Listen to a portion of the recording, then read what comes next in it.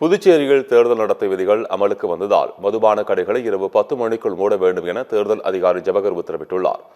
புதுச்சேரி சட்டப்பேரவை தேர்தல் ஏப்ரல் 9ஆம் தேதி தேர்தல் அறிவிக்கப்பட்டுள்ள நிலையில் தேர்தல் அதிகாரி ஜவஹர் செய்தியாளர்களை சந்தித்தார். அப்போது பேசிய அவர் தேர்தல் நடத்தை விதிகள் குறித்து விளக்கம் அளித்தார். பொதுமக்கள் 50,000 ரூபாய்க்குள் தான் பணமாக எடுத்துச் செல்ல முடியும் என்றார்.